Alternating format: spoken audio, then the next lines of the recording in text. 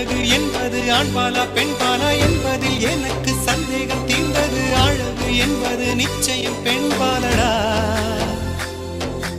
கவிதை என்பது மொழியின் வடிவம் என்றொரு கருத்தும் இன்று உடைந்தது. கவிதை என்பது கன்னி வடிவமடா.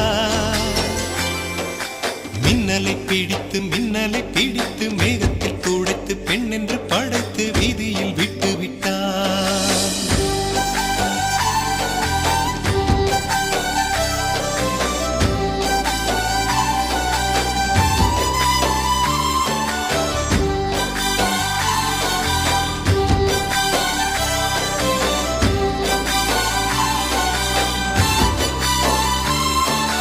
மின்னினை பிடித்து